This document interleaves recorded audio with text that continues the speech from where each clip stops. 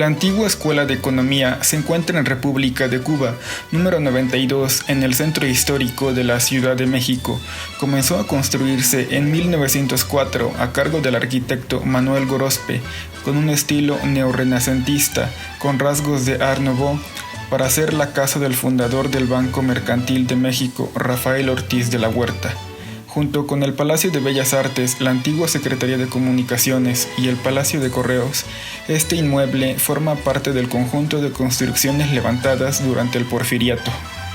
Rodeada de construcciones coloniales y edificios que han marcado la vida histórica y política de la nación, además de diversos detalles arquitectónicos como un ascensor, de cuyo tipo solo hay dos en el país, guarda el testimonio del nacimiento de la economía como carrera profesional en México. Esta casa albergó entre 1938 y 1954 a la entonces Escuela Nacional de Economía, primera sede oficial de esta institución, que precisó pedir espacios prestados a otras escuelas como la de Jurisprudencia. En 1938 es rentada por la UNAM para convertirse en la Escuela de Economía. Posteriormente, allí se instalaron las escuelas nocturna de música, técnica industrial y de servicios número 50 y de vocacional de arte. Hasta 1988, la planta baja y el primer nivel estuvieron ocupados por la Dirección General de Escuelas Tecnológicas e Industriales, dependientes de la SEP. El 25 de agosto de ese año, la AF lo adquirió. Sin embargo, meses después, el 31 de marzo de 1989, esta lo donó a la UNAM, con lo cual se enriqueció el catálogo de inmuebles universitarios con valor histórico-estético. En la actualidad está ocupado por oficinas de Fundación UNAM y de la EFE, y es sede de una unidad académica del Centro de Enseñanza de Lenguas Extranjeras. En 1989, la Dirección de Arquitectura y Conservación del Patrimonio Artístico Nacional preparó un programa de restauración de este edificio. Los trabajos fueron supervisados por el arquitecto Juan Urquiaga. En general, el proyecto de restauración contempló los conceptos de readecuación arquitectónica, restauración, instalación eléctrica e instalación hidráulica. Entre las soluciones estructurales implementadas destacó un sistema de mejoramiento de losas, pisos, muros, colindancias y fachadas, mediante la inyección y consolidación de grietas y la sujeción de muros con grapas de concreto en las esquinas en forma de T y L. También se añadieron nuevas conexiones en las uniones de las vigas metálicas y se mejoraron las existentes. En el aspecto social, esta obra se desarrolló en la época del Porfiriato, por lo que fue financiada por un banquero que solicitaba una casa con una arquitectura de la época. En el ámbito económico se destaca porque fue propiedad del fundador del Banco Mercantil de México, por lo que se realizó con fondos de su propio dueño. En el aspecto educativo, que es el más importante, esta edificación se ha caracterizado por ser la sede de la Escuela de Economía de la UNAM y otras instituciones.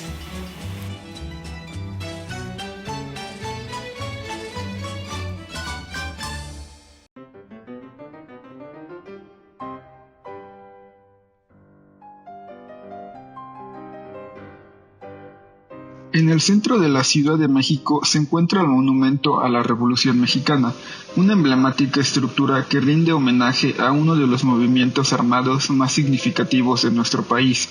Fue en 1906 cuando, con motivo del centenario de la Independencia de México, se decidió llevar a cabo la construcción del Palacio Legislativo Federal.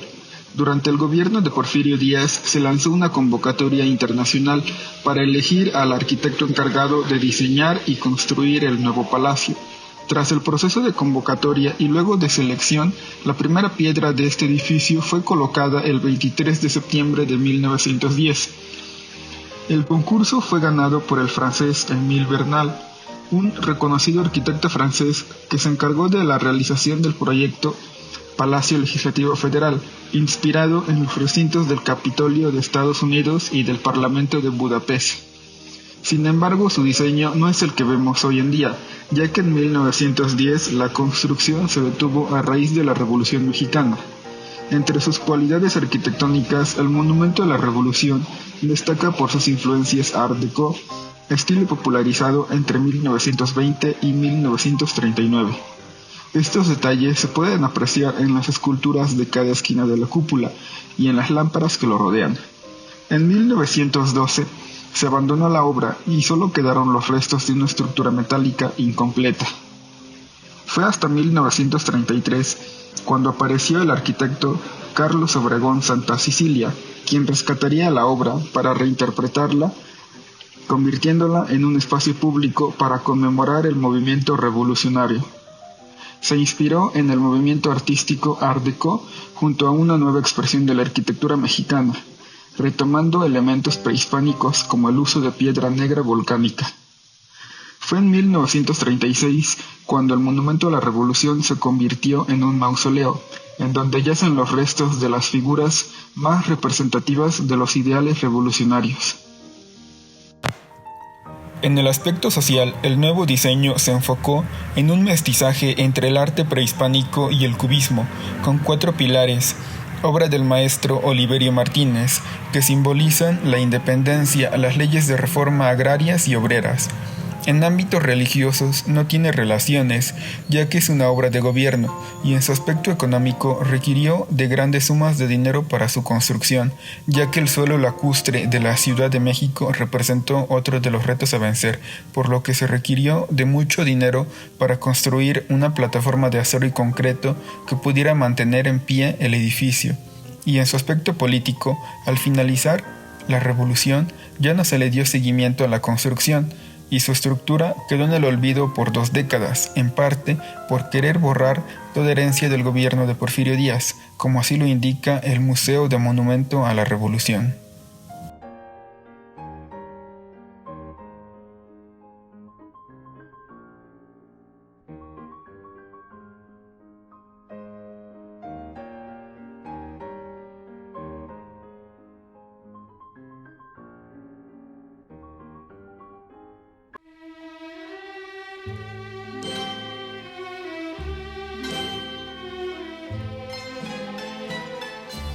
El Palacio de Velasco es una edificación de estilo Art Nouveau ubicada en el centro histórico de la ciudad de Guadalajara.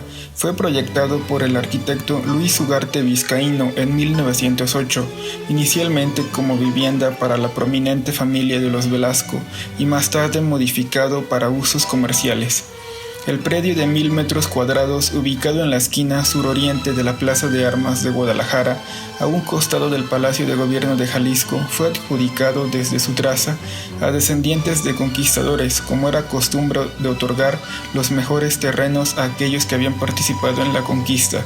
Desde el siglo XVI alojó importantes construcciones habitacionales que fueron modificadas principalmente en los siglos XVIII y XIX.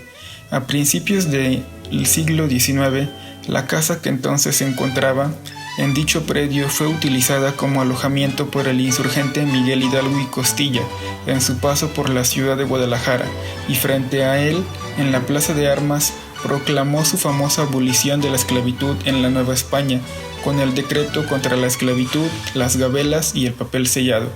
Durante el Porfiriato pertenecía por sucesión a la familia Velasco, quien comisionó al arquitecto Luis Ugarte Vizcaíno un palacete de estilo haussmanniano.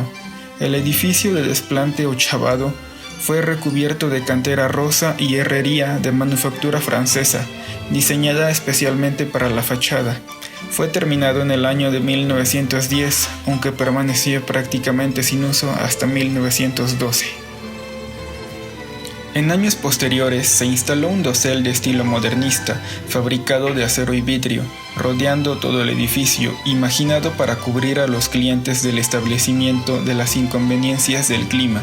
En el aspecto social, en la década de 1940 el edificio pertenecía a doña Mariana de Velasco y Alcaraz, y tras su muerte a su sobrina doña María Ignacia de Velasco y Sánchez de Aldana, quien lo mantuvo hasta la década de 1980, cuando fue vendido al gobierno del estado. Actualmente pertenece al gobierno de Jalisco y es sede de la Secretaría de Finanzas del estado.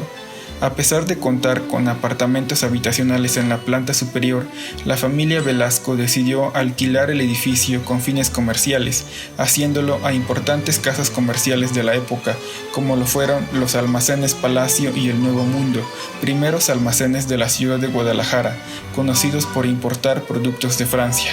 En el aspecto educativo, el edificio hospedó también a un colegio de nombre Instituto Central AC, que funcionó hasta finales de la década de 1970. A partir de la década de 1980, tras su adquisición por parte del Estado de Jalisco, funcionó como recaudadora general del Estado y más tarde como sede de la Secretaría de Finanzas del Estado de Jalisco, uso que conserva hasta nuestros días.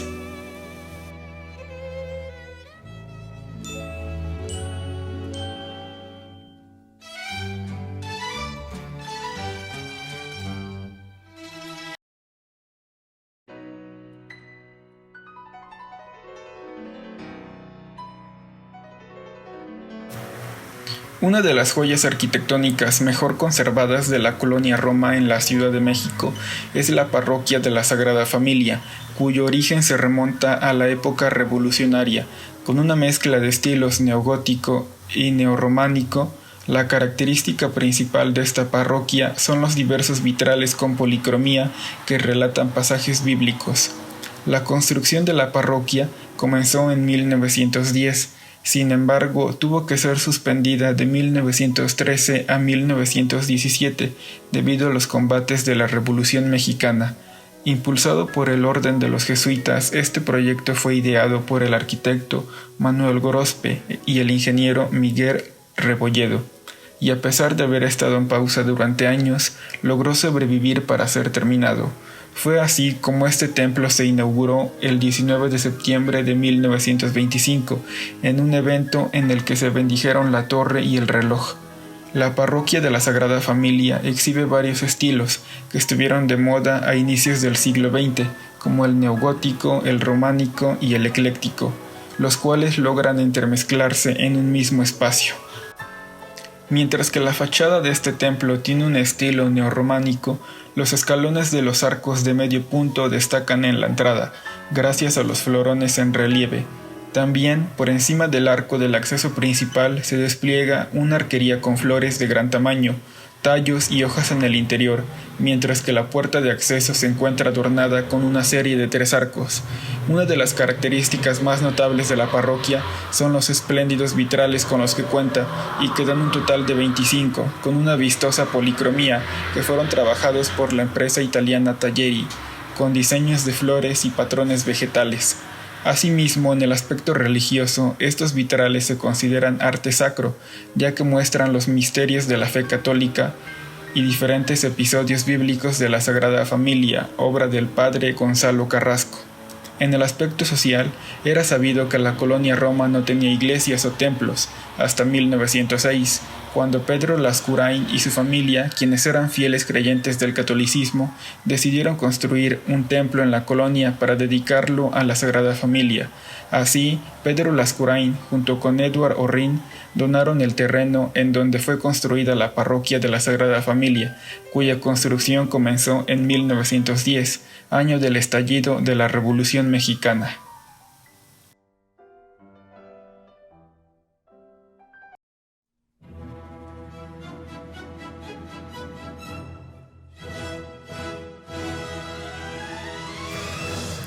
El Teatro Juárez es uno de los recintos de su género más bellos del país. Su edificación inició en el año de 1873, bajo el patrocinio del general Florencio Antillón, en los terrenos ocupados originalmente por el antiguo convento de San Diego de Alcalá. La ejecución inicial de la obra comenzó en 1873, bajo la supervisión del arquitecto José Noriega. Más tarde fue sustituido por el ingeniero Alberto Malo y el arquitecto Antonio Rivas Mercado, creador de la columna del Ángel de la Independencia en la Ciudad de México. El Teatro Juárez de Guanajuato se construyó siguiendo una propuesta arquitectónica ecléctica, la cual incluye tanto elementos clásicos como soluciones novedosas para la época del siglo XIX. Destaca su fachada monumental de cantera, inspirada en los templos griegos de estilo dórico. El vestíbulo del teatro está conformado por 12 columnas libres con fuste liso, con una sala de espectáculos de estilo neomudéjar. Además permite la ventilación y la iluminación natural a través de un gran domo de vidrio de estilo francés. La estructura de acero que lo soporta, así como la escalera central de 5 rampas, son ejemplos de la ingeniería avanzada para la época. El Teatro Juárez tenía una elegante cantina interior. Aquí se destaca el gran trabajo en madera de ébano fina, tanto en sus molduras como en la barra y taburetes. El fino decorado se logra con el uso de diferentes elementos, tales como lámparas de cristal, papel tapiz de diseños geométricos, maderas finas y herrería. El sistema estructural de la cubierta está realizado a base de armaduras tipo Howe, y dado que el claro a cubrir es de 23 metros, están realizadas con vigas de madera, que trabajan a tracción y a compresión, y barras de acero que cumplen la función de tensores verticales. La unión de los diferentes elementos son logrados mediante placas metálicas. El decorado sobre el gran arco del telón de boca es el panorama de la ciudad oriental de Constantinopla. El auditorio tiene 5 niveles con barandales de hierro. En el foyer, muebles con tapiz rojo y bordado en oro. En el aspecto social, sigue siendo un teatro, o bien foro de arte, que ha albergado 46 ediciones del Festival Internacional Cervantino, además del Festival Internacional de Cine de Guanajuato. Actualmente está resguardado por el Instituto Estatal de Cultura de Gobierno.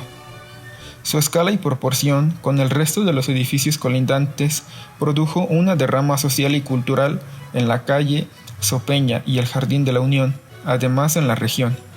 El Teatro Juárez es el referente de los cambios políticos e ideológicos en Guanajuato y en el país en su tiempo. En cuanto al ámbito religioso, no se encuentran relaciones directas, ya que su función principal es la de un teatro desde que se inauguró hasta nuestros días.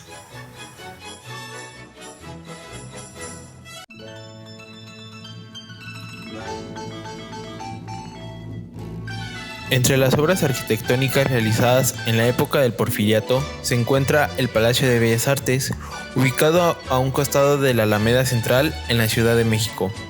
Su diseño fue encomendado al arquitecto italiano Adamo Boari y al ingeniero Gonzalo Garita, quien diseñó un edificio ecléctico mezclando los estilos Art Nouveau y Art Deco. Dentro de sus materiales utilizados para la construcción de esta obra abarcan el acero, el concreto, mármol blanco de Carrara de Italia en la fachada y mármoles de diversos tonos, mismos que en el interior fueron los materiales principales para su edificación. En la cimentación de la plataforma tenía un emparrillado relleno de concreto y tezontle, columnas, pilastras, arcos y ornamentación a lo largo de todo el recinto. Cuenta con una cúpula en la parte de enfrente y una cúpula a cada uno de los costados con doble curvatura. Este edificio fue encargado para celebrar el centenario de la independencia. Se pretendía ser construido en 4 años, pero tardó 30, pues la revolución de 1910 interrumpe las obras del teatro. La construcción se retoma en 1930, bajo la presidencia de Pascual Ortiz Rubio, por el arquitecto Federico Ernesto Mariscal, alumno de Boari, quien es el encargado de la construcción del proyecto. La obra es terminada como Palacio de Bellas Artes el 10 de marzo de 1934. Es sede del Museo Nacional de Arquitectura, que abrió sus puertas en 1984 y está dedicado a promover el patrimonio arquitectónico de México a través de una colección permanente y exposiciones temporales. En 1987 fue declarado Monumento Histórico por la UNESCO.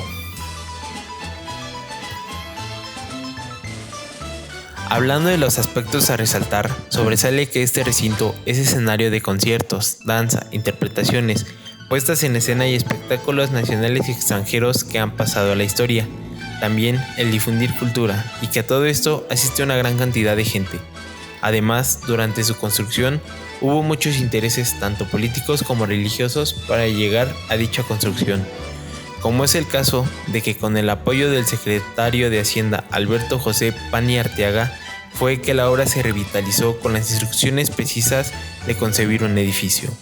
En cuanto al aspecto religioso de esta edificación, está que el recinto fue construido sobre el predio del antiguo convento de Santa Isabel, demolido en 1901.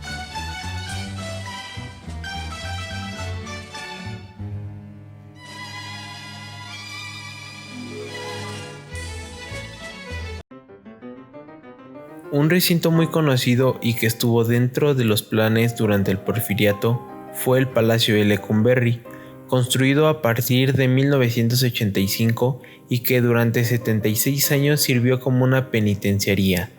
Los encargados de dicha obra fueron los ingenieros Antonio Torres Torija junto con Antonio M. Anza. El diseño en el cual está basado es una arquitectura de carcelería panóptica, estilo que consiste en construir una serie de pasillos que culminan todos en un mismo punto y con una sola torre de vigilancia al centro, además de un estilo ecléctico, retomando el carácter afrancesado que imperaba en la ciudad en aquel tiempo, siendo una edificación de piedra que reflejaba dureza y fortaleza.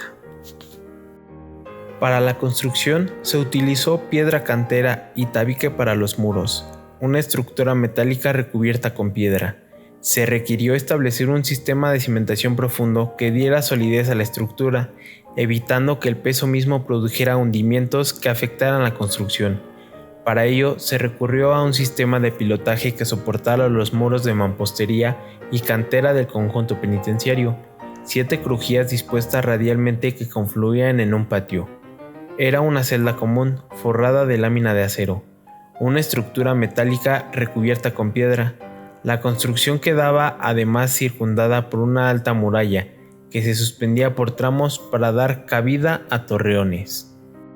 La construcción del Palacio de Lecumberri se dio como consecuencia de una reforma realizada al Código Penal en 1871. Se propicia que los sentenciados se convirtieran en prisioneros. En consecuencia, se requería una mayor cantidad de espacios de encierro y concentración para purgar las condenas. Por ello, se planteaba la construcción de un centro penitenciario grande y moderno, donde la arquitectura y poderío económico fueran acorde con la imagen de México, que el entonces presidente quería transmitirle al mundo. Se inicia su construcción el 9 de mayo de 1885 y se inaugura por Porfirio Díaz y su gabinete el 29 de septiembre de 1900.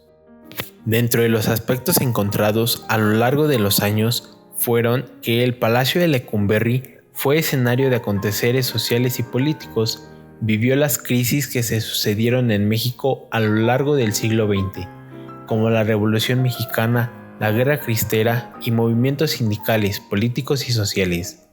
En 1977 se determinó que la nueva sede del Archivo General de la Nación fuera esta antigua penitenciaría, por lo que se inició una magnífica remodelación y se reinauguró el 27 de agosto de 1982.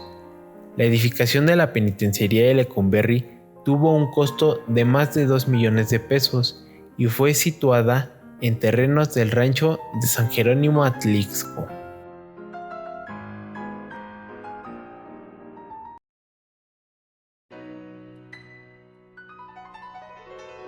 Otra gran obra construida dentro del régimen porfirista fue el Palacio Municipal de Puebla. El encargado de la obra fue el arquitecto inglés Charles Hall, durante el segundo periodo del Porfiriato. Este edificio cuenta con una arquitectura isabelina con influencias neoclásicas, inspiradas de un estilo francés. Algunos materiales que se utilizaron para la construcción fueron la piedra, utilizada para el estradio y la escalinata, balaustra de hierro labradas en los arcos, utilizó cantera de Santo Tomás para las secciones centrales de los pasillos y para revestir muros, además de piezas de mármol de Carrara. Las bóvedas catalanas son de acero, los ornatos de yesería en muros y plafones, acabados en pináculos, columnas y arcos de cantería. Además, presenta una imponente fachada de cantera gris con características renacentistas. Compuesto de 2 niveles, el Palacio Municipal cuenta con un ático en el centro y una torre en cada uno de sus extremos, destacando entre estas el reloj que data del siglo XVIII. En el interior, lo más sobresaliente es la escalera elaborada en mármol blanco, los emplomados y el patio propio de la época colonial con doble arcada. Arcos pronunciados, un portal en la fachada, una serie de balcones, corredores y callejones que conectan a las calles. También destacan los vitrales alegóricos a la ciudad y sobre todo el gran salón de cabildos de estilo renacentista, con pinturas del artista Herrera Gutiérrez. La intención principal era que el Palacio Municipal estuviera listo para el centenario de la independencia, pero se inauguró inconclusa 4 años antes. En 1901, antes de concluirse la obra y aprovechando una visita que a Puebla hiciera el general Porfirio Díaz, se le invitó a preinaugurar el edificio aún sin la fachada completa. La inauguración oficial tuvo lugar en noviembre de 1906. Desde entonces, pese a la Revolución de 1910, a los temblores y a los distintos ayuntamientos, el Palacio Municipal no ha sufrido modificaciones sustanciales, conservando su belleza y elegancia. Algunos aspectos encontrados sobre el Palacio Municipal son pocos, pero son sobre todo de manera política. El Palacio del Ayuntamiento debe ser considerado como símbolo emblemático del poder civil, que en contraposición al poder espiritual de la Iglesia nos recuerda la temporalidad y finitud de la presencia del ser humano. El lugar que ocupa el edificio ha sido desde la fundación de la ciudad en el siglo XVI, el mismo que desde un principio se destinó para albergar las casas reales o edificios de cabildo para el buen gobierno y administración de la ciudad, siendo al mismo tiempo sede de los tribunales de justicia, donde los alcaldes mayor y ordinario actuaban como jueces de primera instancia, cumpliendo las leyes de que los pueblos tuvieran 3 lugares públicos para el despacho de sus negocios.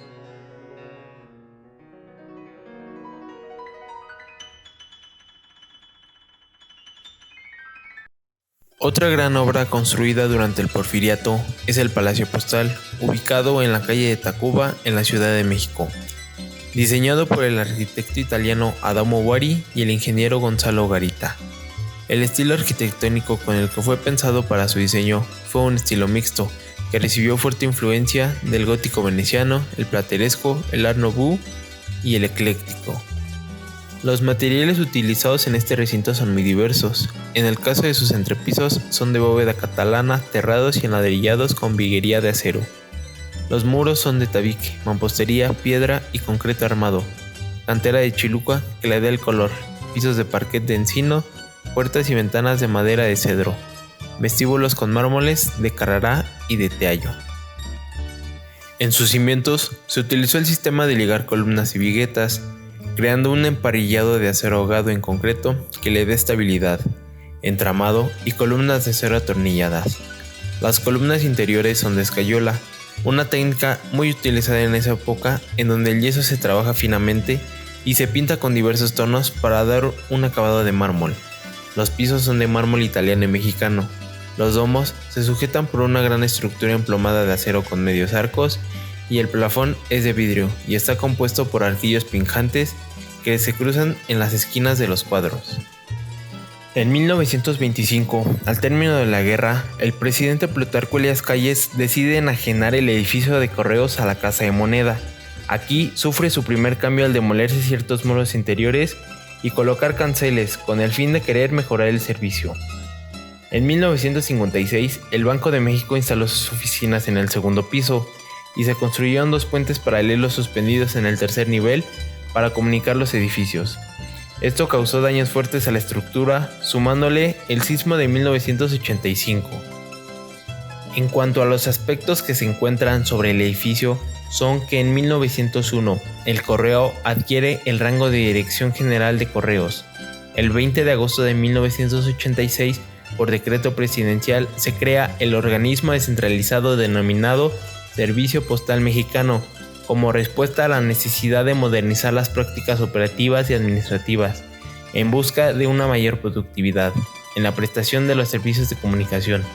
De esta forma, el organismo adquiere personalidad jurídica y patrimonio propio y pasa a formar parte de la administración pública paraestatal.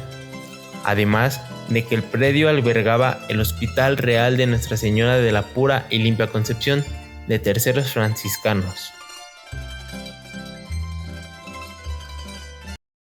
Otra gran obra arquitectónica, igualmente ubicada en el centro, casi enfrente con el Palacio Postal, se encuentra el Palacio de Comunicaciones y Obras Públicas. La persona encargada para su diseño y construcción fue Silvio Contri. La corriente arquitectónica escogida por Contri fue el eclecticismo, la cual incluye formas y estilos del pasado, como el gótico y el neoclásico. Dicha corriente se consolidó como modernismo debido a los significados simbólicos y el uso de las nuevas tecnologías de la época que se valían de la decoración como signo de riqueza, y el empleo de estructuras metálicas que simbolizan el progreso de una sociedad en vías de industrialización. Sus fachadas revestidas de cantera gris, puertas de madera de cedro, pinturas en los plafones, herrería, vidrios, lámparas, muebles emplomados, labrado ornamental de la piedra, fueron algunos de los materiales utilizados para la construcción. Además, cuenta con balcones y arcos de medio punto, columnas jónicas adosadas y ornamentadas con guirnaldas de flor y fruto, resaltando la influencia del estilo renacentista en los niveles inferiores. Los niveles superiores fueron decorados con columnas y elementos neoclásicos que armonizan con líneas. En el interior destaca la majestuosidad del vestíbulo de entrada, integrado por varias columnas con capitel corintio, así como las escalinatas realizadas en hierro, y que son rematadas en el techo con una hermosa pintura alegórica de la paz. Se integra por 3 cuerpos y posee 4 fachadas revestidas con la excelente cantera.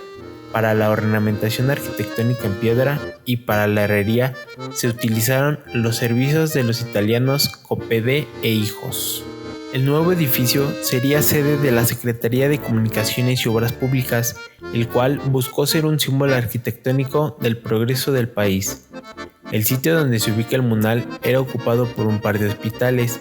El 11 de junio de 1902 fue contratado Country por el gobierno mexicano y en el año de 1904 inició la construcción del antiguo Palacio de Comunicaciones. Para el año de 1911 el edificio había concluido su construcción. El edificio fungió como Palacio de Comunicaciones hasta el año de 1954, cuando se cambió a su nueva sede. Durante mucho tiempo, la comunidad intelectual de México abogó por un espacio cultural donde se albergara la historia artística mexicana. Por tal motivo, en el año de 1981 se otorgó por decreto presidencial el Palacio de Comunicaciones a la Secretaría de Educación Pública y el 18 de julio de 1982 se publicó en el Diario Oficial de la Nación el acuerdo de fundación del Museo Nacional de Arte. Sobre este recinto existen aspectos sociales, económicos y políticos, que gracias a esto, durante el Porfiriato, se dieron grandes cambios tecnológicos y abarcó épocas de modernización a México. La modernización económica más sobresaliente del Porfiriato es la implementación del ferrocarril. En esta época, la arquitectura tuvo una gran influencia en Francia, mencionando que en este momento Francia estaba teniendo un gran auge, convirtiéndose en el modelo a seguir para muchos países.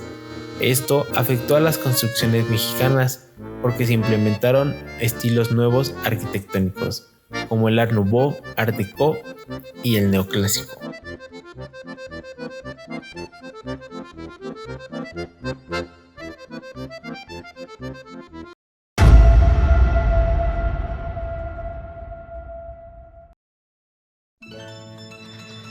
La casa data del siglo XVII y principios del siglo XVIII. Esta es adquirida por don Roque Cerdán, rico industrial de origen veracruzano que llegó a ser poseedor de varias fincas más.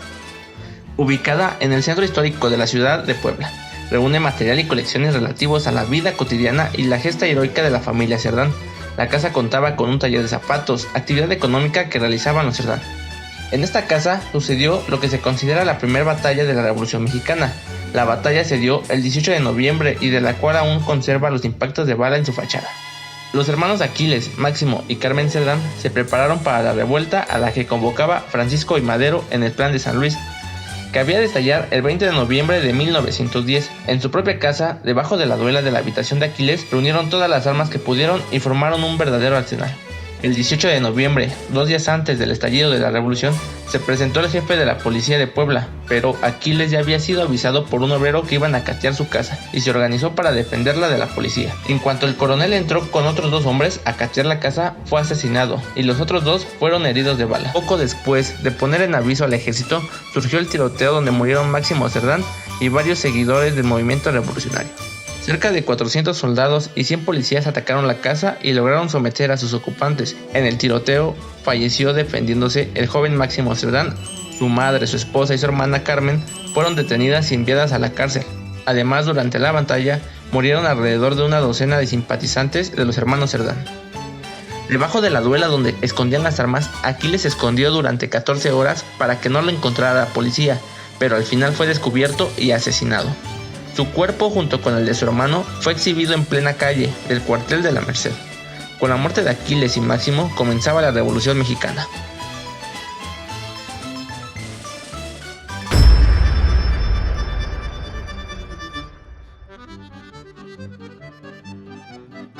El Museo de la Revolución en la Frontera, MUREF, fue realizado por el arquitecto George Edward King. Este cuenta con un estilo neoclásico y ornato sobrio acorde a la época en la que fue construida. Podemos observar que cuenta con materiales de construcción como concreto, madera, vidrio y acero. Asimismo, observamos que se techa el patio central con lámina repujada y artesonada traída de Francia. Se colocan como elementos decorativos 6 pilastras, se enyesan las paredes agregándose medallones y frescos con representaciones de naturaleza muerta en la parte superior de las puertas. En el techo se instalan en el centro y sus alrededores candiles de vidrio cortado de procedencia austriaca. Fue construido entre 1885 y 1888. Se inauguró el 10 de septiembre de 1889 con la presencia del representante personal de Porfirio Díaz, el coronel Miguel Ahumada y el gobernador Lauro Carrillo. El edificio es un auténtico protagonista y testigo de la Revolución Mexicana, ya que en 1909 albergó la reunión entre Díaz y Taft, el presidente estadounidense. Ahí también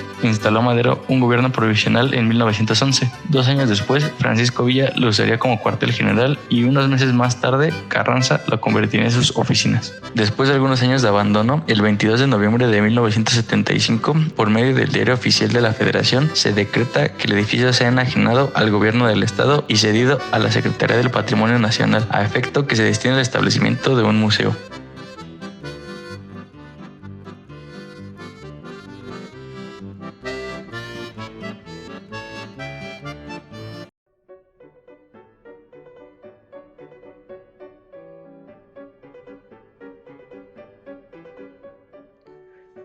La hacienda chinameca, realizada por el arquitecto León Salinas en 1906, cuenta con materiales de construcción como adobe, piedra, tabique, hierro, mármol y maderas preciosas. La hacienda chinameca pertenece a la Ruta de Zapata. Actualmente es considerada como una de las últimas haciendas en pie construidas durante el Porfiriato. Esta hacienda fue dirigida por don Vicente Alonso. Era bastante grande, que ocupaba los poblados de Zacapalco, El Limón, Santa Rita, Santa Cruz, La Mezquitera, La Era, Nexpa, Cauxtitlán, Pala, Los Hornos, Chimalacán, Ajuchitlán, Huatutla, Rancho Viejo y San José de Vázquez, y otros más, llegando a crecer hasta 60,000 hectáreas. En sus inicios se dedicaba al cultivo del arroz principalmente. Esta actividad tuvo gran auge. Debido a esto se decidió construir el edificio que actualmente se puede visitar. El proyecto estuvo a cargo de León Salinas, quien venía a terminar las obras de un ramal del ferrocarril interoceánico México-Puebla. Para 1912, cuando se iniciaba la Revolución Mexicana, los revolucionarios obligaban a los hacendados a participar en la lucha, por lo que les impusieron a pagar un impuesto semanal. Si los hacendados se negaban a pagar, los amenazaban con quemar sus cultivos. Como sabemos, Emiliano Zapata era el principal líder de defensa de las tierras, por lo que era el mayor enemigo de Venustiano Carranza en el estado de Morelos. Por eso, a finales de 1918, mandó a 3,000 hombres para combatirlo. La lucha contra Emiliano Zapata y los hombres de Carranza duró 9 años. Los enemigos del caudillo del sur se quedaron sin parque y muy desgastados. Como no pudieron hacer nada para detener a Emiliano Zapata, se ideó un nuevo plan, y a principios de 1919, en Cuautla, Morelos, Pablo González, jefe de las fuerzas carrancistas, mandó a combatir a Zapata, teniendo el plan de capturarlo utilizando al capitán Jesús Guajardo, uno de los militares de la División de Oriente. Este lugar tiene un gran momento revolucionario, ya que fue en el que fue asesinado el general Emiliano Zapata. En 1919, Emiliano Zapata fue traicionado y emboscado en esta antigua hacienda en Narciso Mendoza, Morelos. Aún así, se ven las marcas de balas que se dispararon al momento de la ejecución. El plan para asesinarlo consistía en fingir que el capitán Jesús Guajardo estaba en contra de Venustiano Carranza y quería unirse a los hombres de Zapata. El capitán le ofreció al general 20,000 cartuchos. También le hizo creer que atacaba a tropas de Carranza. De esta manera lo convenció y logró obtener una entrevista. También le obsequió un caballo llamado el As de Oros. Después de todo, Guajardo logró convencerlo para verse el 10 de abril en la hacienda de Chinameca. La guardia estaba formada para hacer los honores, pero cuando se cruzó el dintel, el clarín tocó 3 veces la llamada de honor y de inmediato a quemarropa le vaciaron 2 veces la carga. El caudillo del sur cayó y con él también murieron sus 3 generales de división, Gil Muñoz, Seferino Ortega y Jesús Capistrán.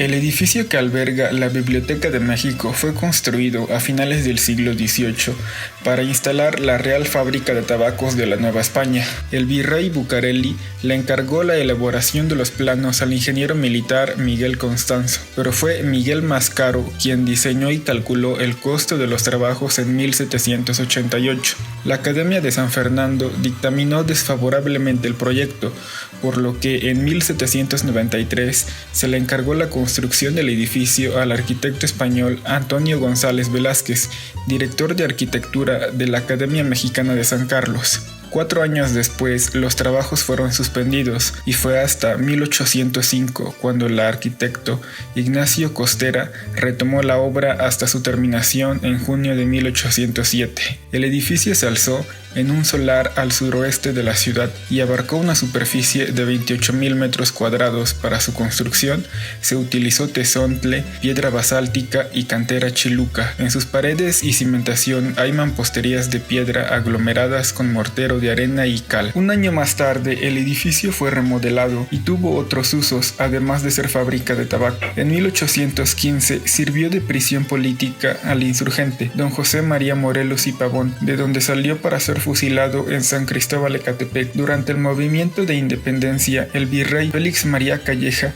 hizo las gestiones necesarias para que el edificio fuera destinado a Parque General de Artillería, convirtiéndose oficialmente en ciudadela el 19 de octubre de 1816. Consumada la independencia, el general Guadalupe Victoria utilizó el edificio de la ciudadela para almacenar armamento. Posteriormente, el presidente Vicente Guerrero corrigió la traza exterior, amplió y profundizó los fosos que la rodeaban y remodeló sus patios y salas. Por su arquitectura, la edificación de la ciudadela responde al estilo neoclásico y ornato sobrio, acorde a la época en que fue construida, y debido a la solidez de su estructura, que le confiere un aspecto de fortaleza, fue escenario de varios pronunciamientos políticos y militares, como el cuartelazo de 1913, pronunciado por las fuerzas antimaderistas y mejor conocido como la Decena Trágica. Fue encabezada por Bernardo Reyes y Félix Díaz, a quienes Madero había perdonado la vida tras sus intentos golpistas en los meses anteriores. Bernardo Reyes con su Plan de la Soledad en noviembre de 1911 y Díaz con su Plan Felicista en octubre de 1912. Durante 10 días, la Ciudad de México presenció la guerra en sus calles. El 18 de febrero, Gustavo Amadero fue tomado prisionero y por la noche fue asesinado en la Ciudadela, con saña inimaginable. Madero y Pino Suárez, los presidentes, como solía llamárseles, también fueron hechos prisioneros en Palacio Nacional. Ese mismo día se signó el Pacto de la Ciudadela, el cual señala en su fragmento inicial: se da por inexistente y desconocido el poder ejecutivo que funcionaba. El día 18 se sucedieron varios eventos que marcaron el rumbo de México. Primero, Madero y Pino Suárez firmaron su renuncia. Segundo, el Congreso nombró presidente a Pedro Lascurain, ministro de Relaciones Exteriores, quien renunció de inmediato. Tercero, Victoriano Huerta, recién designado ministro de Gobernación, se convirtió automáticamente en presidente provisional. Con estos actos se dio fin a las acciones bélicas en la capital de la República, pero se reactivó en todo el territorio la lucha contra el usurpador.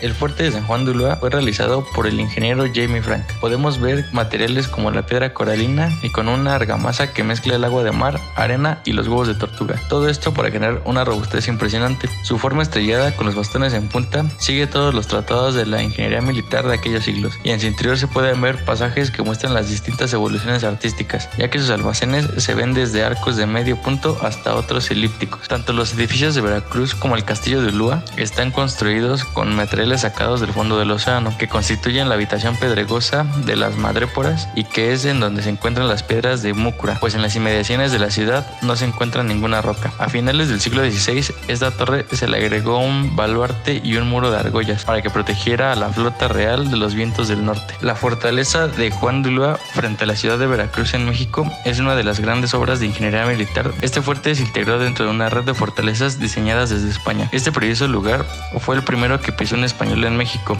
Fue el adelantado Juan de Grijalva en 1518, emisario de Hernán Cortés. También en San Juan de Ulúa permanecieron los últimos soldados españoles en México tras la independencia del país, ya que se atrincheraron aquí desde 1821 hasta 1825, cuando finalmente abandonaron el recinto.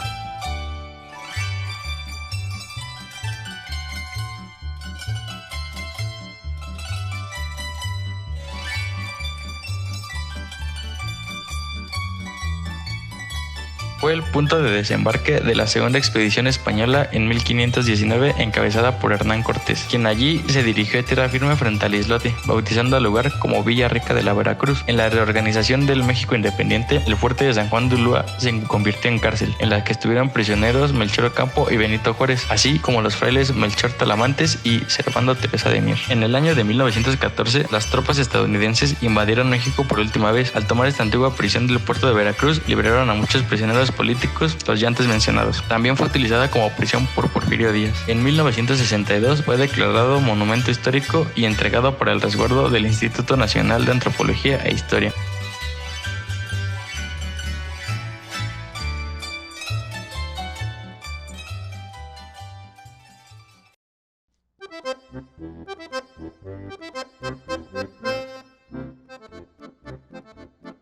Palacio Nacional, realizado por el arquitecto Ángel Bacchini, entre uno de sus estilos cuenta con el estilo arquitectónico barroco.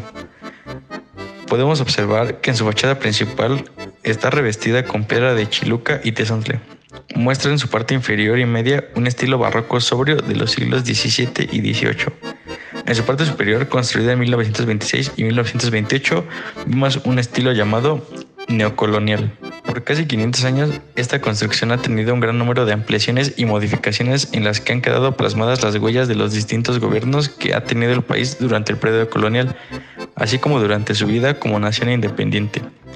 En su construcción se pueden encontrar elementos neoclásicos, barrocos y neocoloniales, siendo el aspecto que hoy tiene el edificio en su exterior resultado de la última ampliación, siendo este último el que más resalta en su fachada de altos muros, arcos e imponentes ventanales. En cuanto a los materiales que acaparan la atención, la piedra tiene un lugar predominante, acontecida durante la segunda década del siglo XX, cuando fue añadido el tercer nivel. Alberga un valioso patrimonio histórico-artístico, destacando el conjunto de murales de Diego Rivera. Ubicado al oriente de la Plaza de la Constitución, en el centro histórico de la Ciudad de México, en la demarcación Cuauhtémoc, está construido sobre un área de 40,000 metros cuadrados. Al formar parte del mencionado conjunto arquitectónico en esta área de la ciudad, es consecuencia patrimonio de la humanidad desde 1987. Su construcción se inició desde 1522, como segunda residencia privada de Hernán Cortés. Unidos contra Venustiano Carranza, los dos caudillos más cercanos del pueblo se conocieron en persona a finales de 1914. Durante aquella ocupación conjunta del Palacio Nacional, se tomaron la famosa foto en la que aparece Villa en la silla presidencial, en la que supuestamente Zapata se negó a sentarse.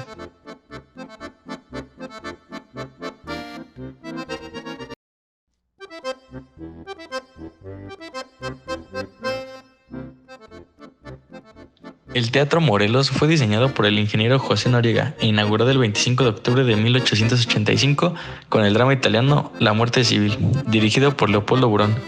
En 1914 fue recinto de la Soberana Convención Revolucionaria de Aguascalientes. El 30 de marzo de 1993, el inmueble fue declarado por decreto presidencial Monumento Histórico de la Nación. Ofrece espectáculos de teatro, ópera, música, danza, variedades de eventos como infantiles, festivales y conferencias. Cuenta con un estilo arquitectónico neoclásico.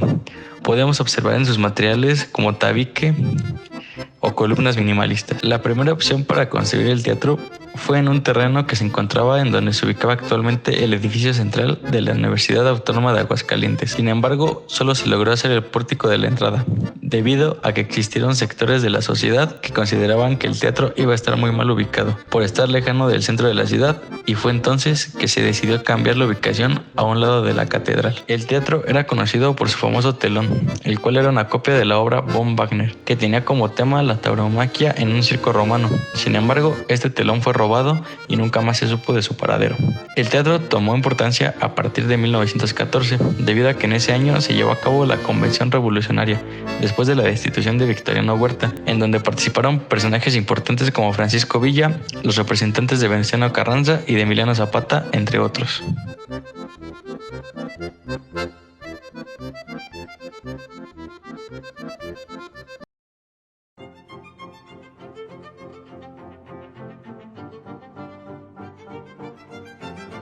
El Palacio de Zambrano, mandado a construir por José Zambrano, cuenta con un estilo arquitectónico barroco, como lo podemos observar en su fachada, así como una bella sucesión de balcones y varios patios circundados por arquerías y pinturas, murales realizados por Francisco Montoya de la Cruz, con temas populares de Durango. El estilo barroco de la arquitectura abusaba de la decoración de puertas, muros y ventanas.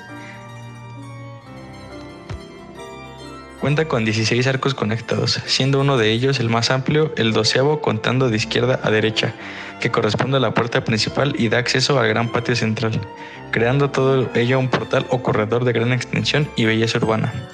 Todos los arcos, ventanas y esquinas están almohadillados con flecos barrocos y escurridos en su base. Los arcos son de medio punto y sostenidos por columnas toscanas. Fue construido entre 1975 y 1800. Al morir Zambrano en 1816, este palacio fue rentado al gobierno de la Intendencia. En el siglo XIX albergó la sede de gobierno estatal hasta la primera década del siglo XXI, para dejar su paso al Museo Francisco Villa. Un extenso y hermoso portal formado por arcos entablerados constituye su fachada. En el primer piso hay que admirar las formas sinuosas que decoran la parte superior de las ventanas y la cornisa ondulante que remata el inmueble, reflejo del esplendor del arte barroco. Su amplio patio principal se engala en planta baja con excelentes murales que muestran a los personajes que cambiaron la historia nacional entre 1910 y 1920, realizados por el maestro Guillermo de Lourdes en 1937 a 1941. En la planta superior, Francisco Montoya de la Cruz plasmó escenas alusivas a la educación, la minería y la agricultura del estado duranguense. Con la idea de recuperar la figura de Villa, el gobierno estatal convirtió este palacio en un museo, cuya temática aborda la vida del caudillo desde su infancia, ideales, lucha revolucionaria, hasta el lugar que ocupa en la historia de México. Los antecedentes de la Revolución Mexicana tienen un lugar en la sala La Revuelta, los diversos oficios de Villa antes de ser revolucionario, así como su transcurrir por la lucha armada. Este recinto nos cuenta el triste final de Doroteo Arango, mejor conocido como el general Francisco Villa. En este edificio de Parral puedes revivir el último gran episodio de la Revolución, en la cual matones del presidente Álvaro Obregón acribillaron al Centauro del Norte.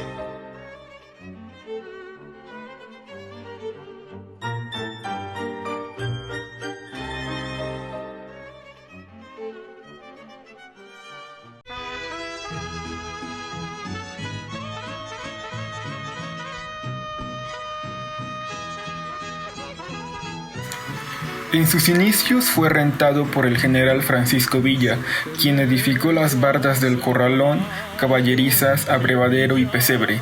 Posteriormente fue adquirido por él mismo en junio de 1911. A principios de 1914, cuando fue gobernador del estado de Chihuahua, el general Villa remodeló el inmueble al que nombró Quinta Luz, en honor a su esposa Luz Corral. Estos trabajos estuvieron a cargo del señor Santo Vega.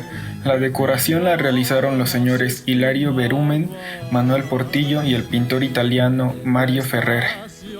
El edificio fue dividido en 3 cuerpos: la casa principal, la casa posterior y el patio de honor.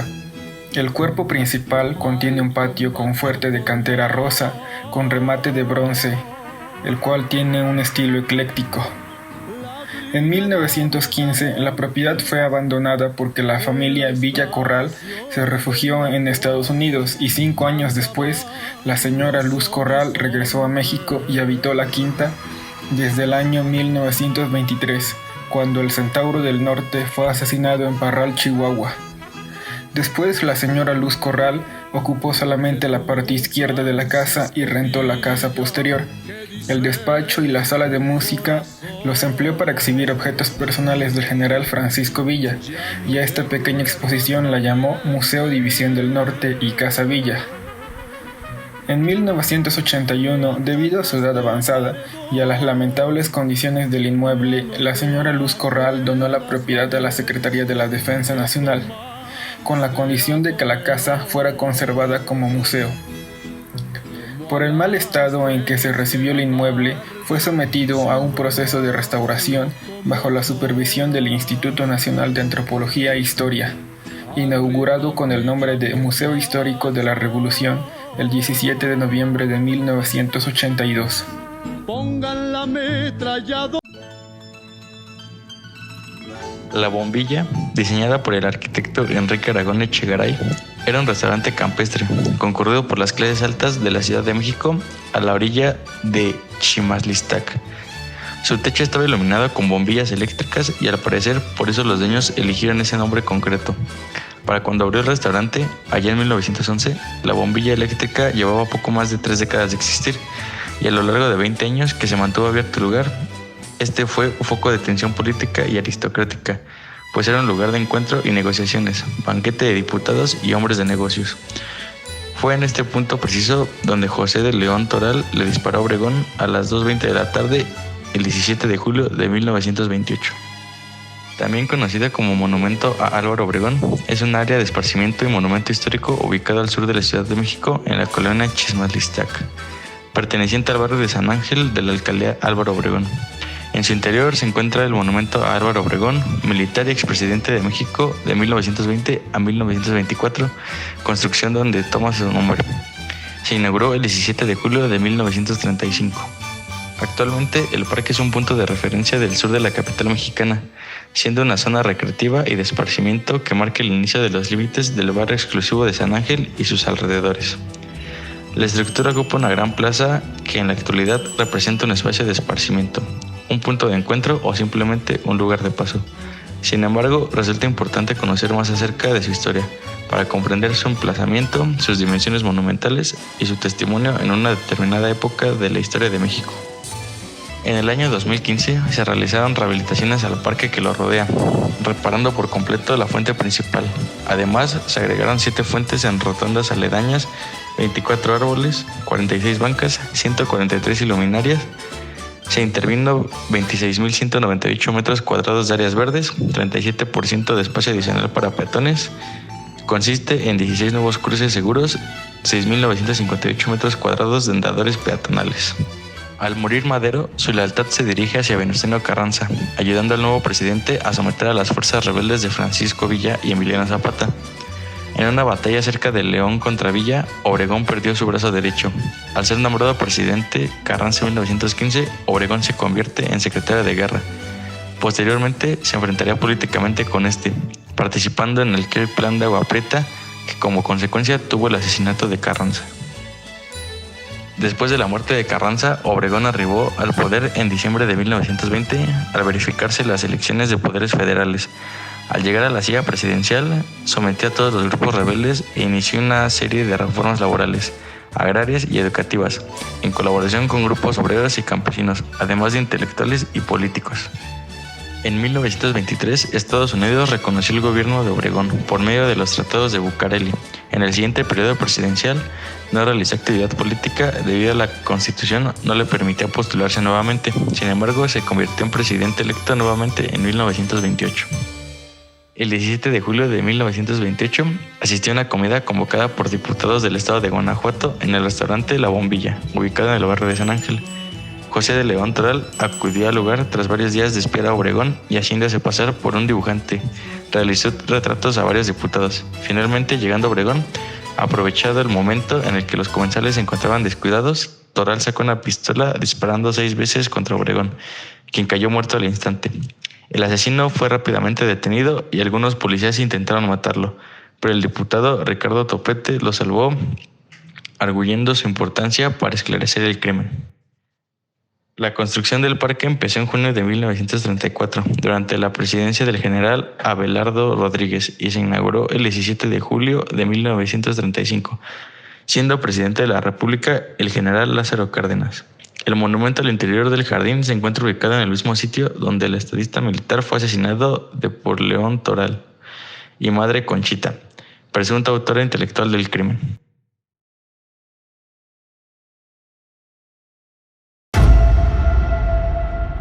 Ahora les hablaremos un poco sobre el positivismo y su relación con la arquitectura. El positivismo es una corriente filosófica que afirma que el conocimiento proviene de la experiencia y que a su vez se obtiene mediante el método científico. El positivismo surge en el siglo XIX y tuvo como precursores y autores destacados a Saint-Simon Auguste Comte y a Stuart Mill. Esta filosofía surgió de la necesidad de tratar a los fenómenos sociales con la misma metodología y otorgándoles la misma categoría que las ciencias naturales. Así, el positivismo defiende que el conocimiento se obtiene con base en la experiencia y asegura que el método científico es la única vía para conseguirlo. Se posiciona así en contra de las corrientes que rechazan la experiencia como método de investigación. Entre algunas de las características que presenta el positivismo destacan las siguientes: el rechazo del dogma y de las verdades absolutas, la observación y experimentación para la búsqueda de leyes y teorías, el rechazo de la metafísica, todos los fenómenos han de tener explicación científica, el investigador social ha de ser objetivo, no puede dejar que interfieran sus prejuicios y preferencias. En cuanto a la relación que tuvo el positivismo con la arquitectura, sabemos que el hecho de buscar en el diseño arquitectónico la aplicación de conceptos y filosofías propias de la razón. En la arquitectura, sus primeras influencias estuvieron marcadas por un contexto industrializado y liderado por el progreso, orden y razón.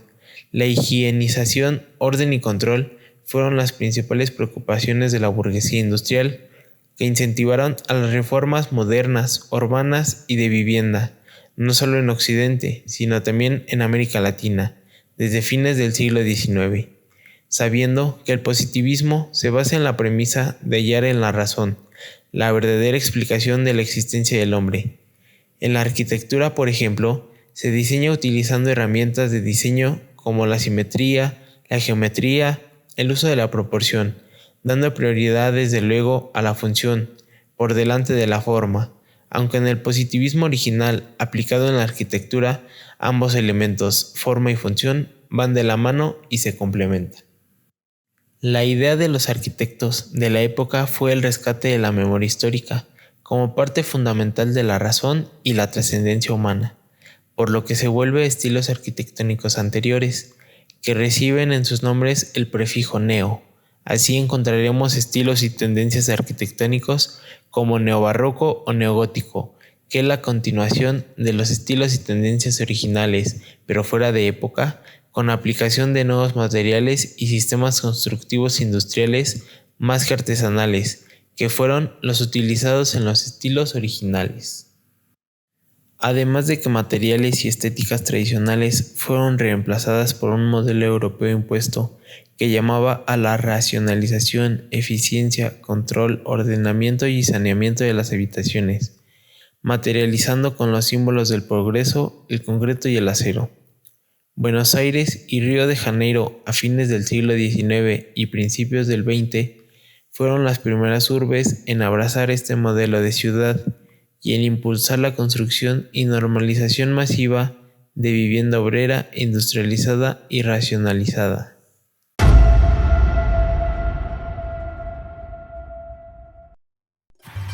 El Ateneo de la Juventud surgió entre 1907 y 1913 como un movimiento intelectual que cambió la vida cultural del país, conformado por jóvenes escritores y artistas visuales que vivieron en el centro histórico de la Ciudad de México. Este grupo de vanguardia se caracterizó por su forma de concebir ese México de la paz y el orden del porfiriato. Dio un giro violento a la política, la educación y la ideología del nuevo Estado mexicano.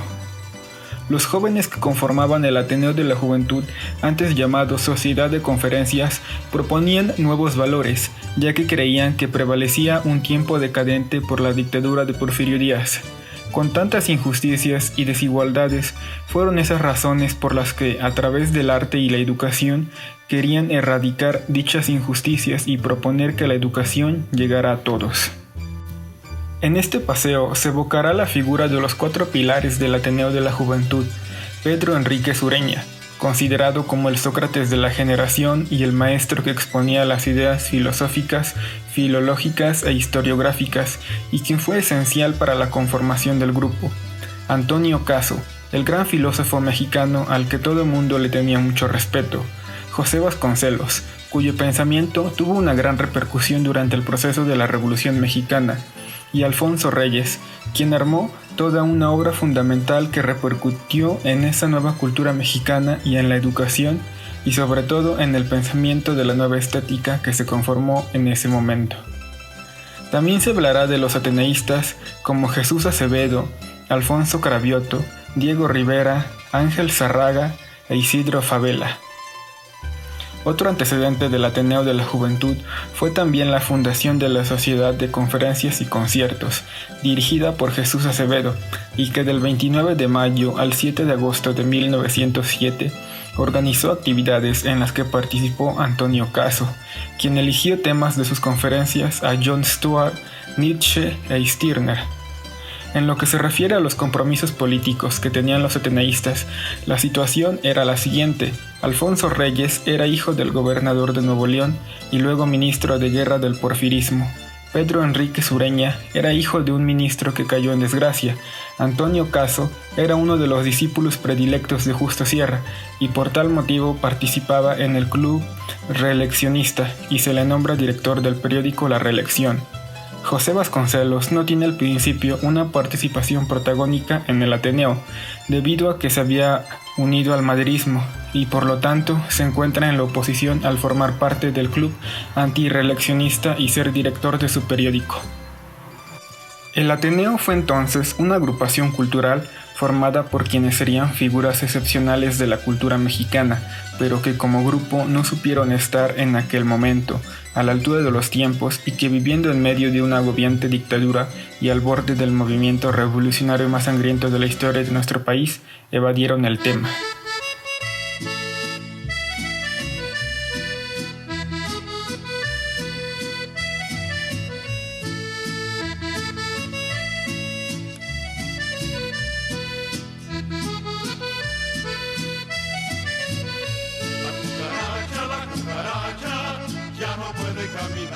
Porque no tiene, porque le falta marihuana que fumar. La cucaracha ya no puede caminar.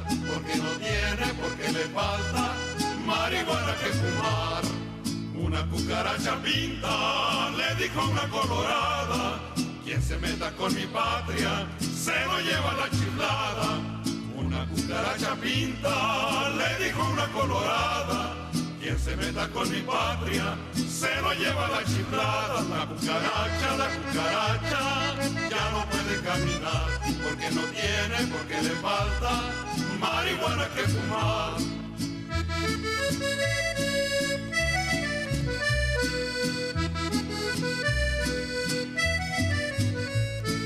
Pasará peste o caldiche, de donde son los dorados. Para mujeres Jalisco, para amar toditos lados. Pasará peste o caldiche, de donde son los dorados. Para mujeres Jalisco, para amar toditos lados. La cucaracha ya no puede caminar. Porque no tiene, porque le falta marihuana que fumar. La cucaracha ya no puede caminar. Porque no tiene, porque le falta marihuana que fumar. Ya murió la cucaracha, ya la llevan a enterrar entre 4 sopilotes y un ratón de sacristán.